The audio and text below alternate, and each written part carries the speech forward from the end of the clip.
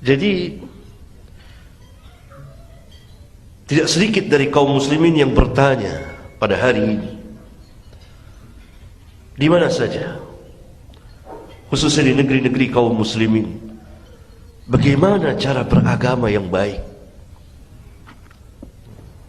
dari mereka, dari orang-orang taat yang ingin taat kepada Allah dan Rasulnya, tapi tidak tahu jalan, berada dalam kebimbangan dan keheranan, kebingungan. Saya ingin beragama dengan cara yang baik. Bagaimana cara saya beragama dengan baik?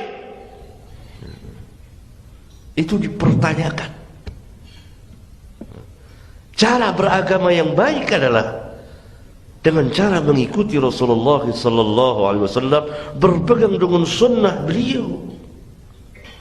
Generasi yang pertama dari umat ini, para sahabat ridwanullah alaihim jami'an, tidak pernah keluar dari sunnah beliau.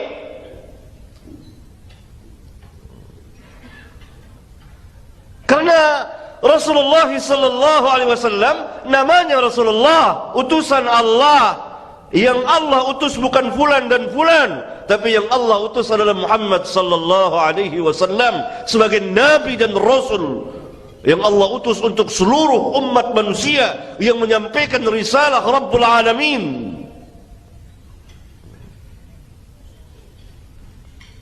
Karena itu wajib bagi manusia mengimaninya.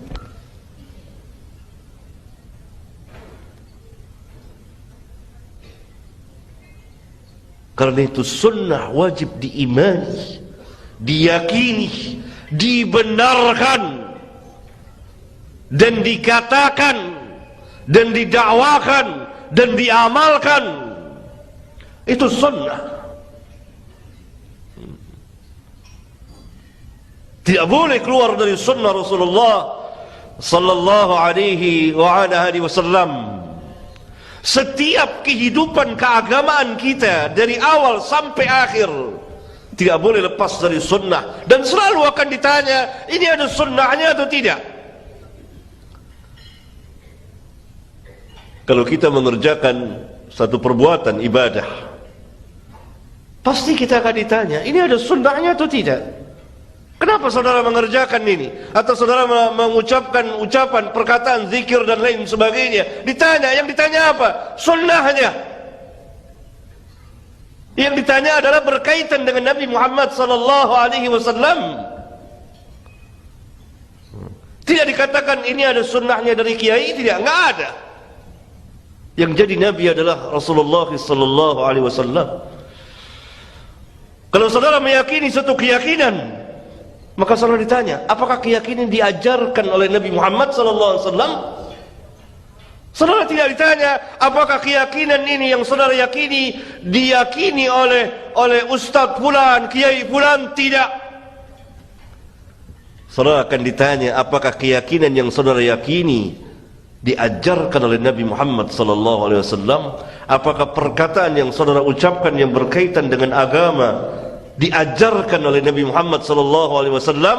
Apakah perbuatan ibadah yang saudara kerjakan diajarkan, diperintah atau dianjurkan oleh Nabi Muhammad sallallahu alaihi wasallam atau tidak? Oleh karena itu, malaikat Munkar dan Nakir bertanya dalam kubur tentang Nabi Muhammad sallallahu alaihi wasallam.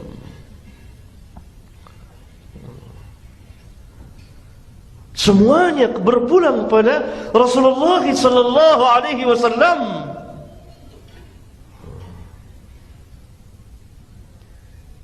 Ini cara beragama, dan ini yang telah ditinggalkan oleh sebagian kaum muslimin,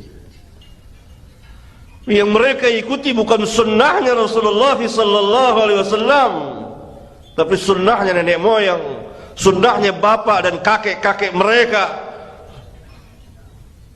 sunnahnya guru-guru mereka. Ini salah. Harus kita mengikuti sunnah Rasulullah sallallahu alaihi wasallam. Wajib kita mengikuti Nabi Muhammad sallallahu alaihi wasallam dalam beragama.